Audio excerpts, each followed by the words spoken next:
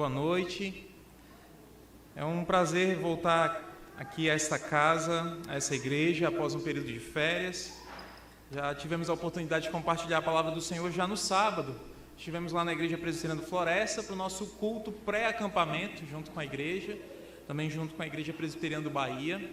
Hoje pela manhã nós demos início a uma série de estudos acerca do presbiterato e do diaconato bíblico. É uma série que vai nos acompanhar aí ao longo desse primeiro semestre na nossa igreja, provavelmente, em que a gente vai, juntamente com isso, tratar de outros temas relacionados à eclesiologia reformada. E nós vamos agora dar continuidade à série que muito tem tocado no meu coração e espero que Deus fale ao seu coração também nessa noite. Abra sua Bíblia em Juízes, no capítulo 13. Livro dos Juízes, capítulo de número 13.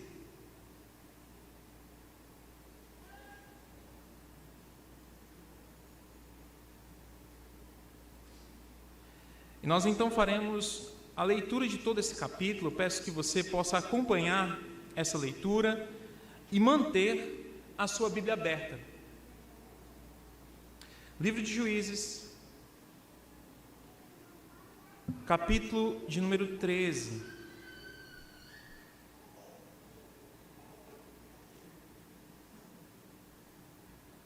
Os irmãos encontraram? Espera mais um pouco, não senti firmeza nos irmãos não ainda. Juízes, capítulo 13. A gente tem feito a exposição desse livro ao longo de alguns domingos já, desde o ano passado. E com a graça do Senhor nós vamos continuar, expondo esse precioso livro da palavra do Senhor. Juízes capítulo 13. Os irmãos encontraram? Bem melhor. Então, por favor, acompanhe a leitura do texto com a sua Bíblia aberta, assim nos diz a palavra do Senhor. Tendo os filhos de Israel tornado a fazer o que era mal perante o Senhor, este os entregou nas mãos dos filisteus por 40 anos.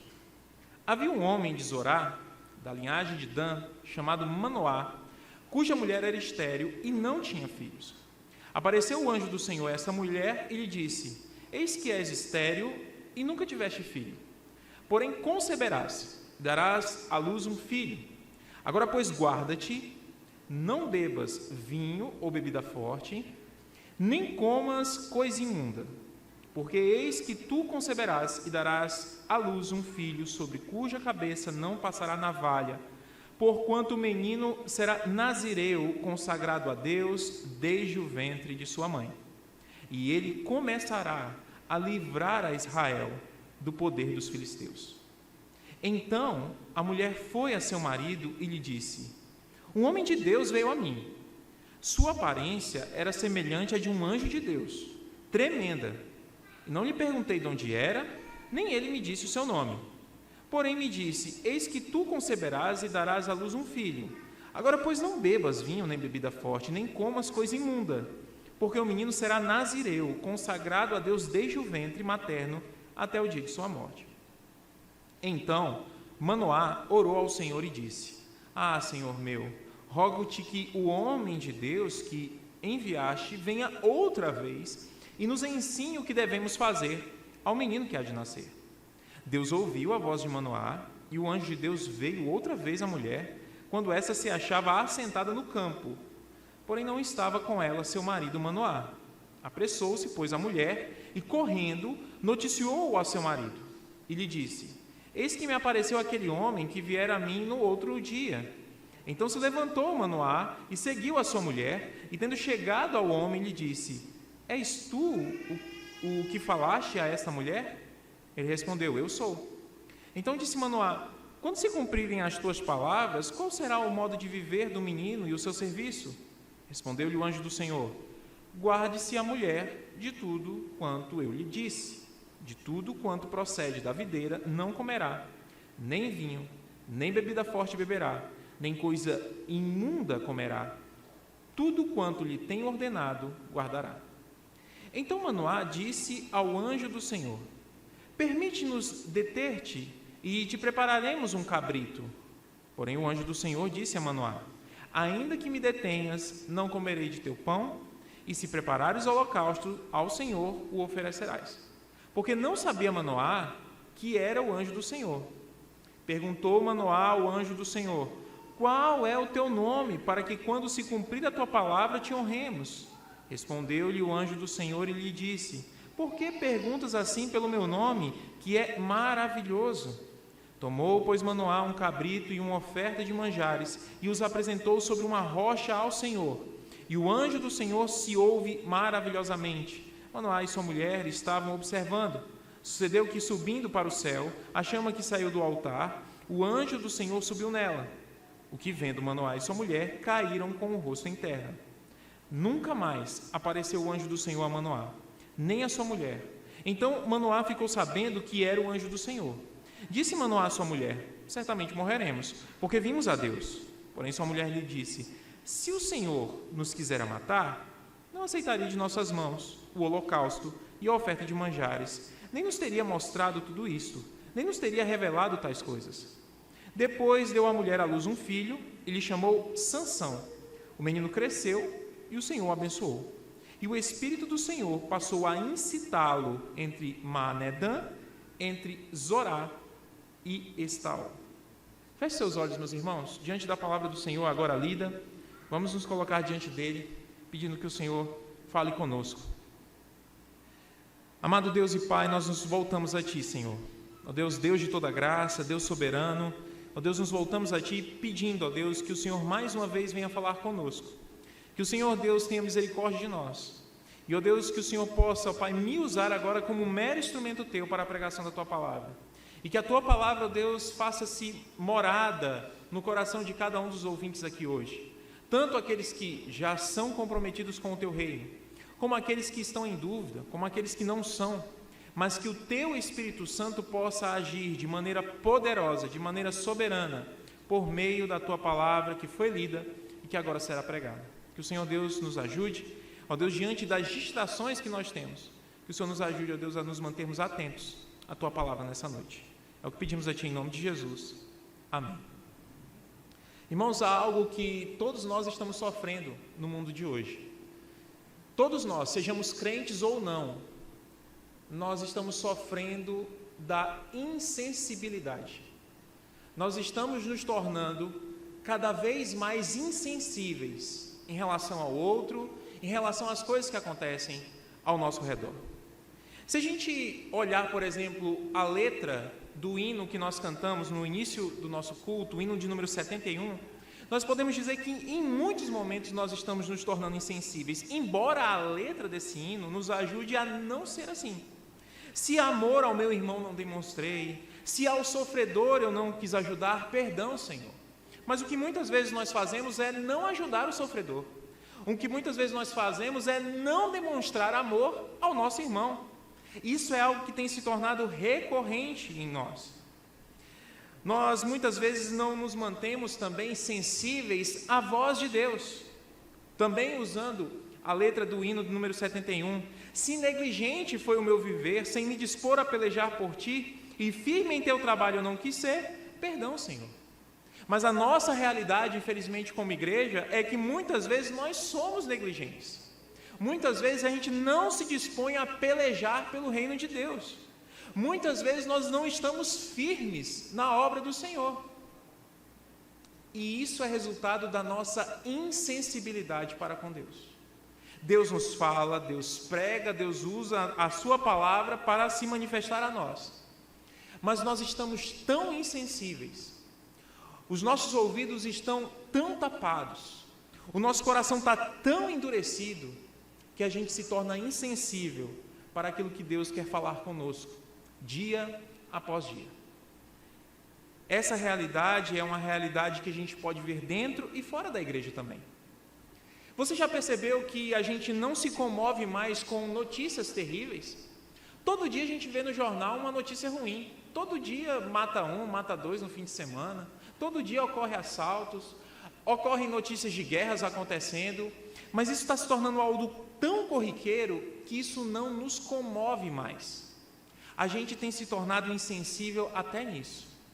Então, irmãos, a realidade é que todos nós incluindo eu, você, todos nós, estamos nos tornando cada vez mais insensíveis. Mas a boa notícia do Evangelho é que Deus manifesta a sua graça, mesmo em meio à insensibilidade. Mesmo diante de um mundo insensível, Deus manifesta a sua graça. Mesmo diante de uma igreja insensível, Deus continua a manifestar a sua graça. Mesmo diante do meu coração insensível, Deus ainda está manifestando para mim a sua graça. E esse texto é uma prova viva de que mesmo em meio à nossa insensibilidade, Deus manifesta a sua graça. E eu gostaria então de que nós olhássemos esse texto, por isso que eu pedi e peço mais uma vez que você mantenha a sua Bíblia aberta, para que possamos perceber a insensibilidade dos personagens aqui presentes, mas ao mesmo tempo percebermos como a graça do Senhor se manifesta, apesar da insensibilidade aqui mostrada. Vamos olhar para o texto? O primeiro personagem que nós encontramos aqui, insensível, é o próprio povo de Israel. O versículo 1 nos diz: tendo os filhos de Israel tornado a fazer o que era mal perante o Senhor, este os entregou nas mãos dos filisteus por 40 anos. E se você tem acompanhado a nossa série de exposições, você já está cansado de ouvir essa frase, porque essa frase é uma frase comum em relação ao povo de Israel nessa época. O povo continuamente faz aquilo que é mal aos olhos do Senhor. Mas é interessante a gente parar para observar essa expressão. O povo estava fazendo o que era mal aos olhos do Senhor. Aos olhos do Senhor, o que eles estavam fazendo era errado, mas aos olhos deles não. Isso dialoga muito bem com o final do livro de Juízes. O livro de Juízes encerra dizendo: naqueles dias não havia rei em Israel, cada um fazia o que era reto aos seus próprios olhos. Então as pessoas buscavam fazer aquilo que era certo, do seu ponto de vista, mas não se buscava fazer aquilo que era certo do ponto de vista do Deus da aliança. Essa é a chave para nós entendermos a situação do povo de Israel. O povo de Israel fazia aquilo que Deus não aprovava, mas para ele estava tudo bem. O povo estava insensível à voz de Deus. O povo estava com o seu ouvido fechado para ouvir a voz da palavra do Senhor. O povo se esqueceu de Deus, se esqueceu da aliança de Deus, se esqueceu das normas as quais Deus havia instituído ao povo de Israel. O povo de Israel estava insensível. E por isso eles não conseguiam compreender o grau de decadência em que eles estavam. Esse grau de decadência é acentuado pela servidão que é feita a esse povo chamado filisteus. É a partir daqui que os filisteus eles ganham mais realce ao longo da história do povo de Israel. A gente ouve muito falar dos filisteus, muito relacionado à história de Davi, mas ela aconteceu algum tempo depois. Aqui eles começam a aparecer. E o período de 40 anos que você vê na sua Bíblia representa um período longo, duradouro e muito forte. A opressão era forte sobre o povo. A opressão tinha um caráter sólido. O governo dos filisteus sobre o povo de Israel era algo pertinente, era algo concreto. Aqui, nós conseguimos ver algo também que demonstra essa insensibilidade do povo de Israel. Se você lembra, a gente mostrou que a estrutura do livro de Juízes, ela mostra ciclos em que o povo de Israel peca, o povo é castigado, o povo se arrepende, clama ao Senhor, Deus levanta um juiz, um libertador, esse libertador salva o povo tem um período de paz, e quando aquele juiz morre, o povo torna a fazer o que era mal perante o Senhor, pior do que antes. Então, num primeiro momento, o povo caía em opressão e clamava ao Senhor. Mas e agora? Você observa ao longo dos próximos versículos alguma menção aos filhos de Israel clamando ao Senhor diante da opressão dos filisteus? Não há nenhuma menção no texto sobre isso mais. O povo parou de clamar. O povo se contentou com a sua situação. O povo passou a encarar como normal ser oprimido por uma nação vizinha. O povo estava tão insensível que nem resolveu mais clamar ao Senhor. Mas é aí que Deus manifestou a sua graça mais uma vez. Mesmo o povo não clamando ao Senhor, Deus levantou um libertador. Mesmo o povo não se arrependendo dos seus pecados, Deus levantou um Salvador para aquele povo. E esse Salvador nós sabemos muito bem quem é, né? A gente conhece muito bem a história, é Sansão. Mas o ponto aqui, meus irmãos, que eu quero destacar primeiramente é como Deus manifesta a sua graça em meio a um povo insensível. Bom, se a insensibilidade fosse somente do povo de Israel de forma geral, a gente seguiria normalmente, mas essa insensibilidade continua a aparecer ao longo dos próximos versículos. A mulher de Manoá, ela também demonstra uma certa insensibilidade. Observe que a partir do versículo 2 inicia uma nova cena, indicando o nome desse homem chamado Manoá. E ele tinha uma mulher estéril, e essa mulher não tem o seu nome mencionado. Essa mulher recebe uma visita do anjo do Senhor.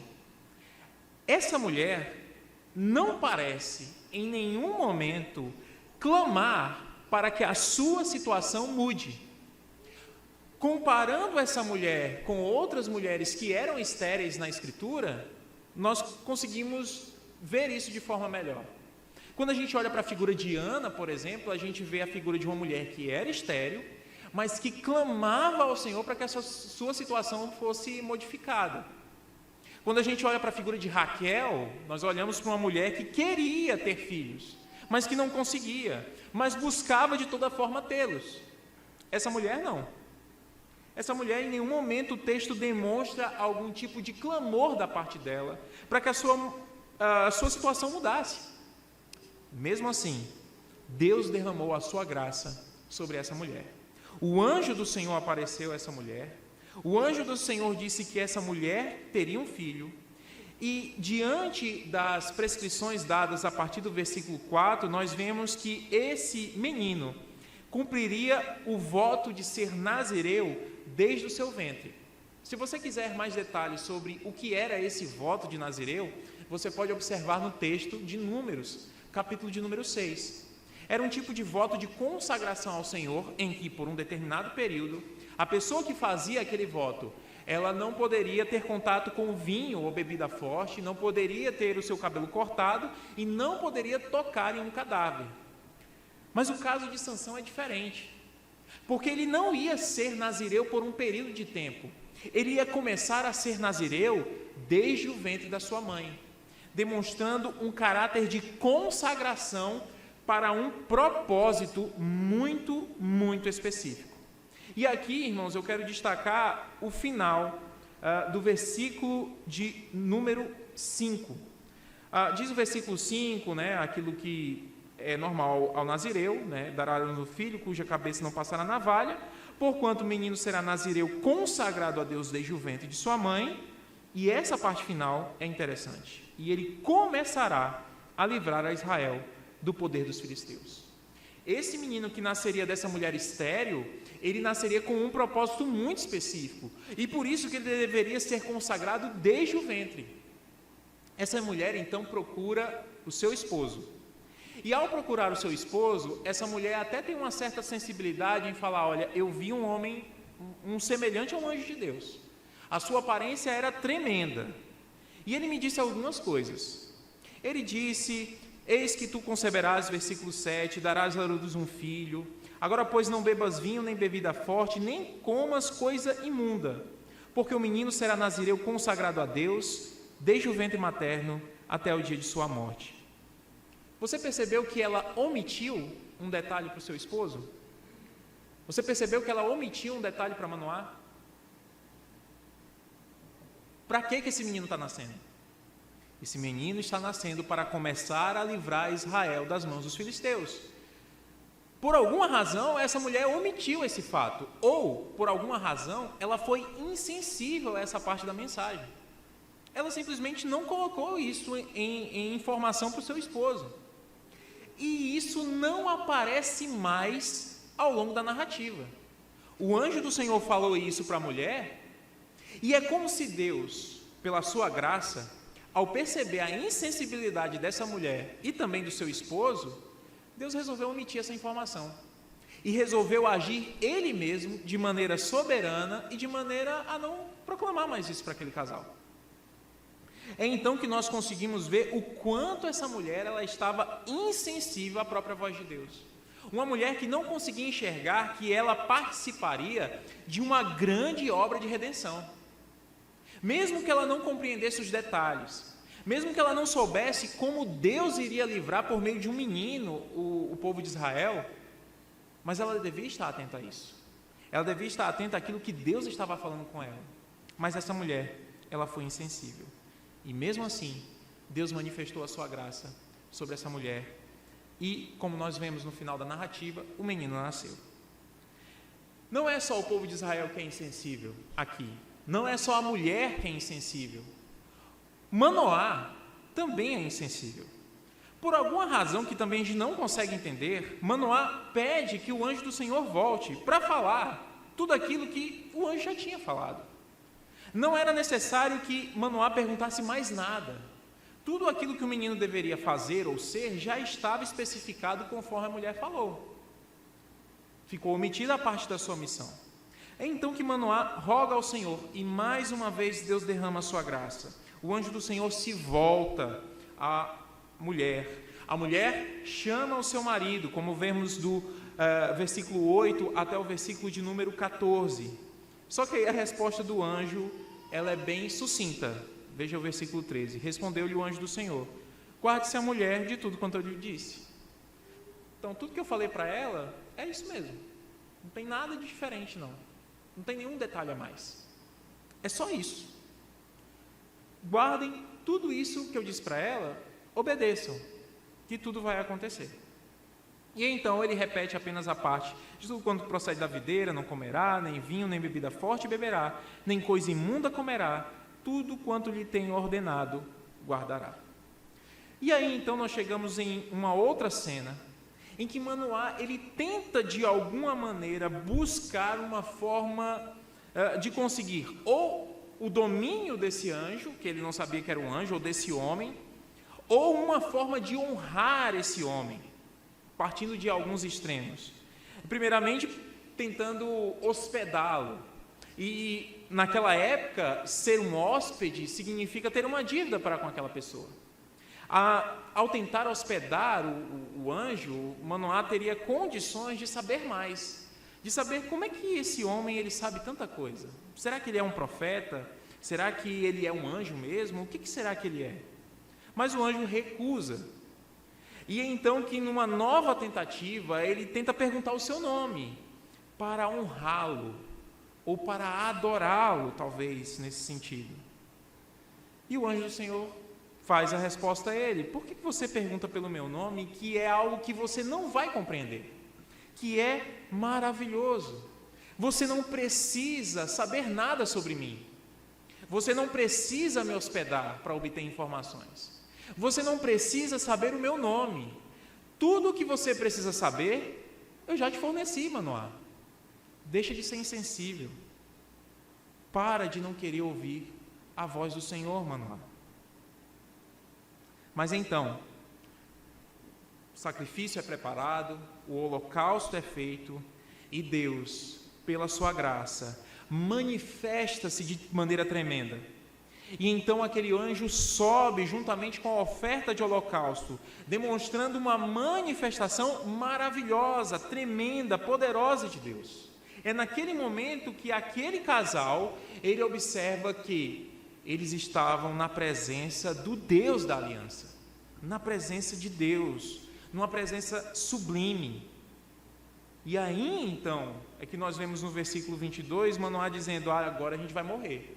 Ele saiu de um extremo para o outro. Ele sai de um extremo em que ele tenta obter informações de um homem, e agora ele coloca esse mesmo suposto homem como uma figura divina. Nós vimos a Deus, nós vamos morrer. Mas então aqui a mulher de Manoá acaba tendo uma certa sensibilidade em dizer: olha, se o Senhor nos quiser matar, Ele não aceitaria de nossas mãos o holocausto. E por fim, meus irmãos, nós vemos no final dessa narrativa, esse casal sendo insensível com o nome que eles deram para essa criança. O que significa Sansão? Pequeno sol, filho do sol, como o sol. E talvez a gente pensasse assim, nossa, eles deram esse nome porque eles estão pensando em esperança, né? Essa criança será uma criança radiante, essa criança ela vai trazer esperança para o povo de Israel, e não é. Nós vemos a informação no final do versículo 25, que ele ficou entre Zorá e Estaol. Entre Zorá e Estaol ficava uma cidade chamada Bet-Semes, que significa a casa do sol. Um dos deuses cananeus era o sol.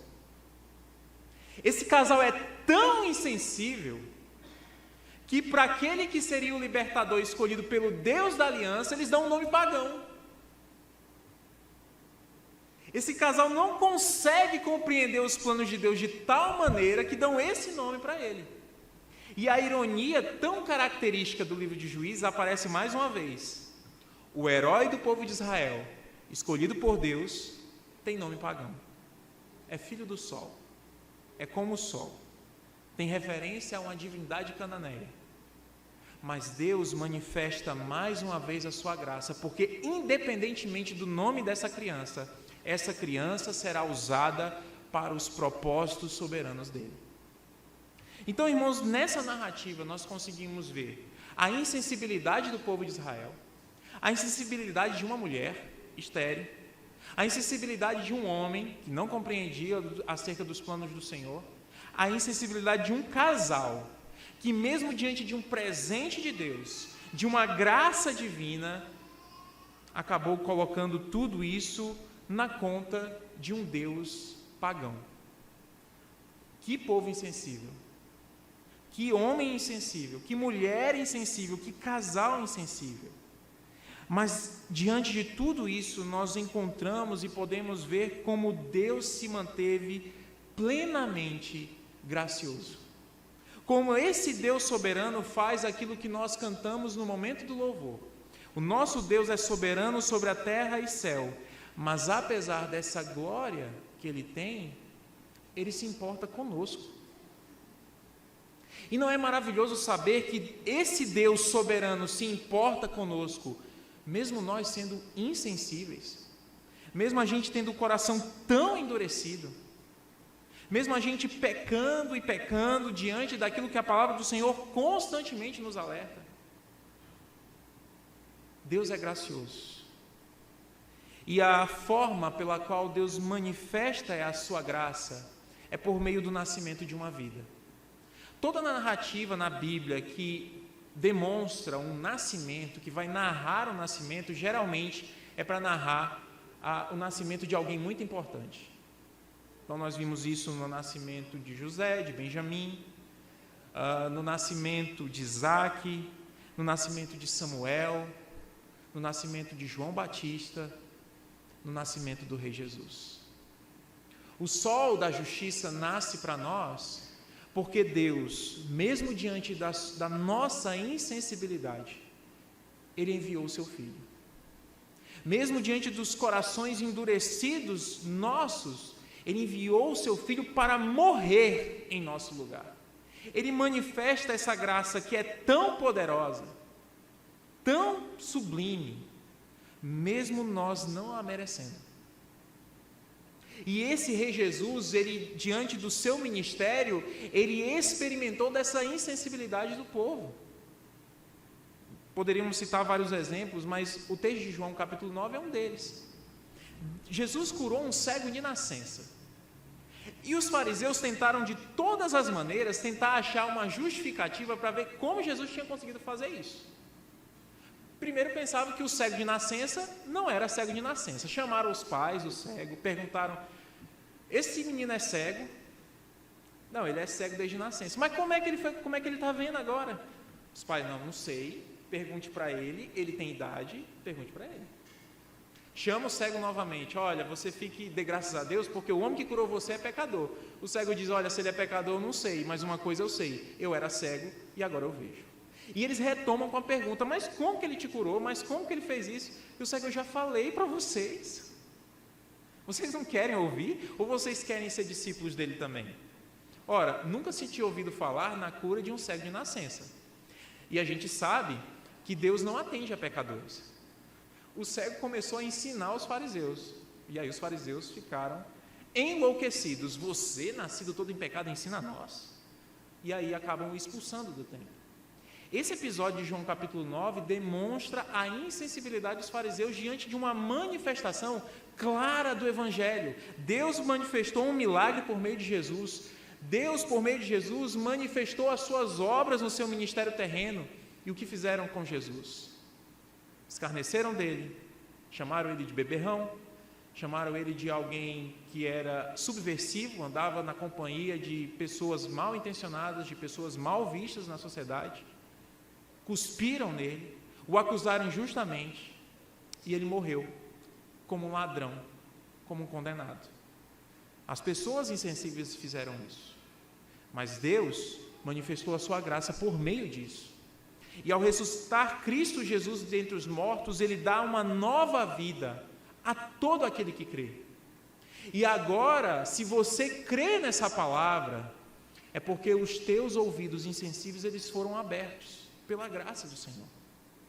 A questão é: você crê nisso? Você crê nessa obra graciosa de Deus? Você crê que em meio à insensibilidade desse mundo, Deus está constantemente nos falando: Cristo Jesus é Rei sobre todas as coisas, nós fazemos parte desse reino, e o nosso objetivo é fazer com que esse reino se expanda. Você crê nisso? Então está na hora da gente se tornar mais sensível às coisas que acontecem ao nosso redor. Está na hora da gente, como liderança, ser mais sensível em relação aos novos na fé. Está na hora da gente, como igreja, ser mais sensível em relação aos nossos campos missionários, às nossas famílias, os nossos ambientes de trabalho e de diversão. Está na hora da gente parar de não querer entender o que Deus requer de nós. Que o Espírito Santo possa operar na sua vida, para que você não seja insensível à voz do Senhor. Quem tem ouvidos para ouvir, ouça o que o Espírito diz às igrejas. Vamos orar? Amado Deus e Pai, nós nos voltamos a Ti, Senhor, com o nosso coração grato, Deus, por mais uma vez o Senhor manifestar a nós a Tua palavra, mas rogar, ó Deus, que o Senhor abra os nossos olhos, destampe os nossos ouvidos, abra o nosso coração, ó Deus, para a verdade que o Evangelho tende a nos manifestar. Nós vivemos em um mundo insensível, de pessoas insensíveis, de pessoas que não se importam uns com os outros, mas se importam somente com aquilo que querem, com aquilo que pensam.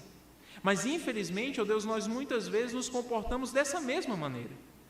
Ó Deus, nos ajuda, ó Deus, a sermos mais sensíveis, ó Deus, ao que o Teu Evangelho tem nos falado. Nos ajuda, ó Pai, a fazermos aquilo que o hino 71 nos diz, a amar o nosso irmão, a demonstrar ajuda àqueles que estão sofrendo.